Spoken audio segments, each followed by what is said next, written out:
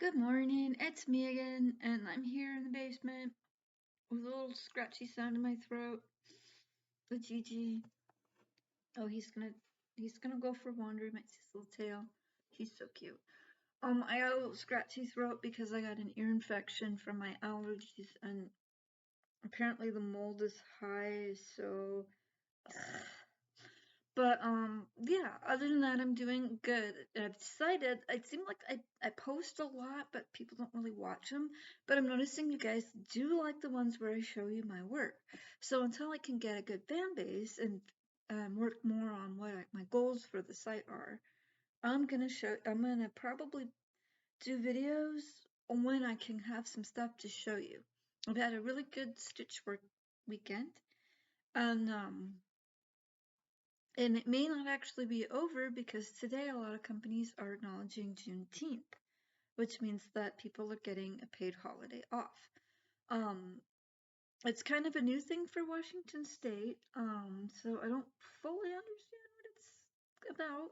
I know it has something to do with the official date. Can't never remember the year. I'll probably never remember the year because it's just the things I don't remember. My brain just like, oh, that's important. We're not going to store it. Yay, brain. But anyway, apparently June 19th was the day when the slaves were freed. And of course, a lot of them weren't told until after whatever crops the master had were done so they could get at least one last crop in. So that's great. But great of us. We're just people can suck real bad sometimes. Oh, I forgot to take this closer. Yeah, people can suck real bad sometimes. So, and history's just a whole bunch of stories that there's a lot of stories in history that just uh, prove that. But so I don't know if I should say happy Juneteenth or if I just acknowledge it. I don't know. You guys can weigh in and tell me because I don't know. It's more of a it was for the longest time that they but something they refer to as slavery rights state thing. And that's mostly in the South because that's mostly where the slaves were. That was actually where it was legal. Up here in Washington State, I don't think slavery was ever really legal, but I don't know if it was really ever not legal until some laws got put into place. So as far as I know, there wasn't slavery here, but I mean, it probably happened. It was just on a smaller scale than it was in the South. So, I just don't know that much about the history here as far as that's concerned because I grew up in an area where we didn't really have a lot of colors. It was whites and natives until I think 85. We finally got a black family and then that was it. I wasn't raised racist or anything. I just that's my upbringing. We didn't really see a lot of color. It was, oh yeah, and Hispanics because we had the migrant workers coming in to work the farms because there's a lot of farms up here in Washington. And that's a good thing because that means that's where a lot of food is coming from, which means that even if there is some kind of food shortage that we're not going to be heavily affected. I mean, we're probably still going to be affected, but I don't know that anything like that's going to happen, so let's not get all panicky yet. It's okay to put some stuff aside, but be careful what you're putting aside because you want to make sure that whatever you put aside doesn't spoil. And I'm doing more of an emergency thing, like I'll get canned goods and stuff like that that I would normally buy in case there's an emergency, or in case somebody gets to binge eating or stress eating, because that happens sometimes. It just happens, especially when you got 5 people in the house. So I'm gonna show you my stuff that I made. Start with these guys. These two guys are pretty much identical. Not exactly though, because they're handmade, so everything is just a little bit different. The white. They've got a little 4th of July theme, so I should probably throw them in my site. But I might take the pictures and put them on my online page. Because I'm like, I want to do this, but brains aren't working. So I gotta get my things together take some pictures, make a post, and then at some point, if I can afford to, I'm gonna, they call it boosting. You pay then you pay a certain amount, and this is how much money I'm willing to spend, and then they'll boost it to show everybody. And well, everybody who'd be interested. And then like on that one, I can arrange shipping. At my Famous Joe's place, they don't really do online sales that I'm aware. And if they do, they probably arrange shipping as well. So that's kind of where that is.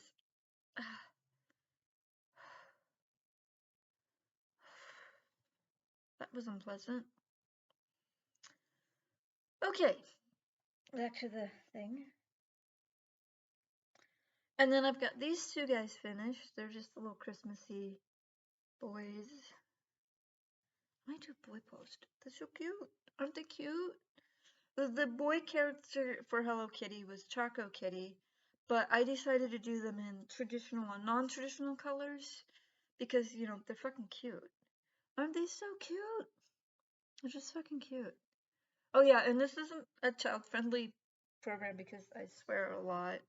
It's a habit I picked up from my great grandma. I don't know. She was like the best Christian I ever knew, but she swore enough she could embarrass a sailor. I love her. I miss her. Can only get so old. And I finished a couple of these guys. I got different colored heads. I hope the little Yoda ornaments. These guys, yes, I need a lot of these guys because once Christmas starts, and it should start heavy next month. I'm just not sure when next month. Um, but when it gets to Christmas, I'm gonna need a lot of those guys. So I'm probably gonna do a lot of those guys. And then I finished off a couple turtles. They're also pretty much the same thing, but with their being handmade, their little faces are a little bit different. And then you've got like the shells because they may be a little bit different as well because of just how the variegated hits. And then yeah, they're just like super cute. Yeah, and these guys just they sell all the time. They're just inexpensive little cute things. You can stuff them in a package or just like here shut up kind of thing. Yeah, it's like maybe not here shut up, but you know, it's like the little things you can just little cute things. They'd be great for like a travel, something that a kid can keep in their pocket. Um, there's like stocking stuffers, basket fillers, care packages, because I know a lot of people do that. You just stick them in there. They're not very heavy. They're really small. They're like, I think the biggest one I made was 3 inches. Yeah, this guy is 3 inches. These are made, this particular one is about 3 inches. I don't know where he's on the ruler, but yeah, he's about 3 inches. So they're not very big. These are really good for care packages and stuff like that. And then when I get to where I get more viewers, then I'm probably going to start focusing more on what I actually want to do to be a disabled community to help disabled people figure out how to get some kind of employment or income. I've been really enjoying selling my crafts. It's something I can do. It's one of the few things that I'm good at. I'm really good with childcare as well, but most people, I don't know what it is about me. They just don't think I'm going to do it. And then up in Bellingham, I would get a lot of times where I would get passed over work for a drug addict, and that's not a smart thing to do when it comes to the care of children because drug addicts don't tend to handle things very well because they're kind of out of it. And then kids can be extremely stressful. I mean, they just can. I mean, even healthy kids. My son was autistic and he barely cried, which was a little bit surprising. But that was part of the reason why they considered him autistic because he barely cried as an infant. I mean, other than that little needs to be rock thing when he was first born, he just never cried. He didn't wake up in the middle of the night. He didn't. I had to set alarms to feed him. Yeah, and that's just how it was. And then my daughter, who doesn't, though she might have a touch of bipolar now as an adult, she didn't have any problems when she was a kid, but she constantly screamed and cried and fussed and carried on. And yeah, that was a sign that her personality might not too fun at times. But for a lot of times, for most times, she's a good kid. But she did have these times when, you want to strangle her, which is a normal kid thing. They do push your buttons, they do test their boundaries. Some of them do it more than others. It doesn't necessarily mean that they're disabled if they're doing it more, but you might want to try to figure out why, especially when they're over 5 and they're still crying and whining and pressing their boundaries. You might want to look into why they're doing that, because there could be an issue. Um, but kids will do that. You do have kids that are just willful, and they start calling them feral kids. I don't know why they're doing that. They're just willful. They don't really want to follow rules. They're just, I don't know. It's just what it is. I think with the kids like that, you gotta figure out what they like, what they want, what they're interested in, if they'll tell you, and then try to figure out, hey, if you can just follow the rules, learn to behave, that kind of stuff, then we can do this stuff. I can make sure I can do this stuff. I can get that food, that kind of stuff. But I don't really know that a child is actually feral. I think the problem child is a better description. And if you have a problem child, then you can kind of train them out of it. But calling them feral, it just feels to me like you're giving up. We don't want to give up on the children. The children are definitely our future, and we need to raise them correctly as possible. And we do need to know that different children require different approaches to discipline and positive reinforcement. As one child might respond to you just saying, hey, don't do that, and another child is going to need a whooping. Not a beating, but, a couple pot swats. You know, I'm not saying beat them, I'm just saying, one kid might need a little bit more discipline than another.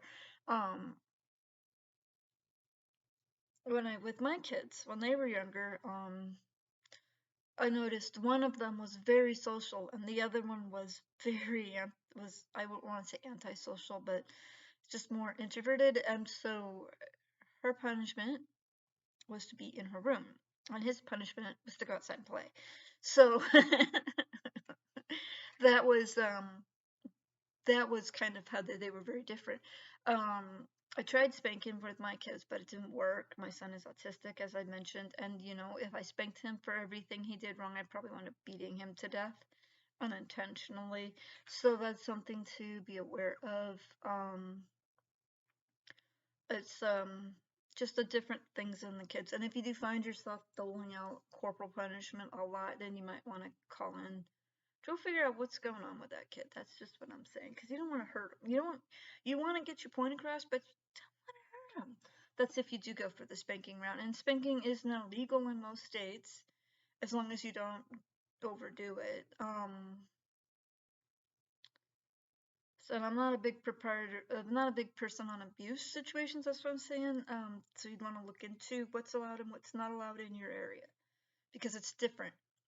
I think it's pretty much all 5 swats with your hand, but it is different. So that's kind of where that is. I just don't know what to do about that one. So yeah. Oh yeah. Wait. What? I don't need to come up with what to do.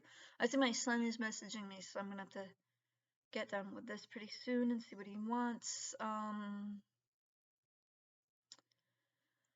Okay. But yeah, yeah, and it is important to teach your kids discipline. They are the future. They have to learn how to fit in. Part of the reason we're having all these problems with all these homeless drug addicts and stuff is because they think they can do whatever they want. And some of that may have started when they were younger. Some of it might have started when they were older. I don't know these people personally. I just know that they keep showing up in my yard trying to strip.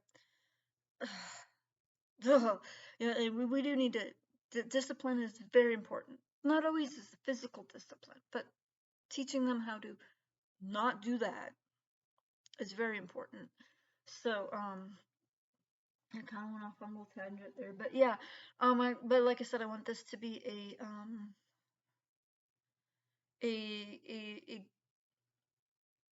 a a good place for people with disabilities or people whose kids have disabilities to come and be able to figure out things. And like I mentioned, spankings don't work with autism at all. They don't work. It's just going to cause more freak fits. They're just going to get overstimulated.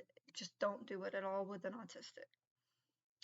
Um, it doesn't work with ADHD either. um, with the kids that actually have it, and not the ones whose parents trick the doctor into to diagnosing them. Spankings don't work with ADHD either because they don't have the attention span to remember why their butt hurts. So they're just gonna keep doing it. You got to figure out something else. My brother did really well when he was in sports and had like a chart thing so he could keep track of what he's supposed to do, and then he would earn like some kind of treat if he did all his things. That works really good with ADHD. It also seems to work really good with autism, but autistic kids aren't going to go to sports, so you'd have to figure out some other thing. But yeah, looks like I'm getting a little long and I'm off on a tangent. So I'm gonna let you guys go, and I hope you have a good day. And next time I post, I'll have some more fun things to show you because I've noticed you guys really like to really like to see my stuff, and I'm glad that. So I'll talk to you guys later. Have a great day. Bye.